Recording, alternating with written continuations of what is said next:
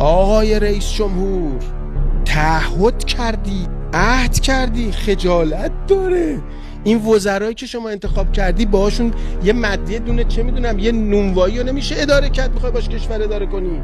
جمع کن آقا، خودتو دور و برتو جمع کن، جعفر و محمدتو جمع کن. اگه ارزشو داری وایس، ارزه نداری بدون جنجال خداحافظی کنی بری. آقا من ارزشو نداشتم ببخشید، وایسی تماشا کنی وزارت جهاد شما اینجوری خیانت کنه به ملت. خائن به شهدا شمایید، خائن به کشور شمایید، دوست شمایید، راندخار شمایید، خائن شمایید، بیدین شمایید.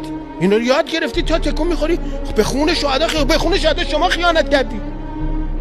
شماها دارید خیانت میکنید به خون شهدا که تو 6 ماه 40% 50% همه چی گرون شده. من پارسال داشتم همین موقع شب چله آجیل میفروختم به مردم 650,000 تومان، الان 1,300,000 تومان. اگه اینقدر مملکت خرطوخره که من 650 رو دارم میدم 1,300 که واقعا خاک بر سرتون، ولی خودتون میدونید همه چی 10 برابر شده. لعنت بهتون با این کشورداریتون.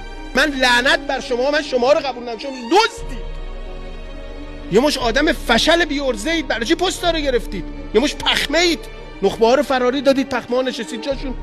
این چه طرز کشورداریه؟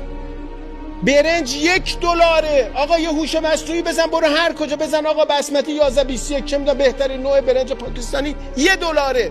28 تا 500 طرف داده، $1 اونجا واسش آزاد کردی خریده، یه باربری بهش میخوره. من حساب کردم مثلا میشه 33 تومن میاد کشور، یه سودی هم بگیره اصلا 100% سود بگیره میشه 66 تومن. بی پدر نمیشه 200,000 تومن. لعنت بهتون که شمالیه برنج شمالنج خودشو میفروشه، برنج هندی میخره میخوره کشاورز. خاک بر سرتون، ننگ بر شما، ننگ بر شما.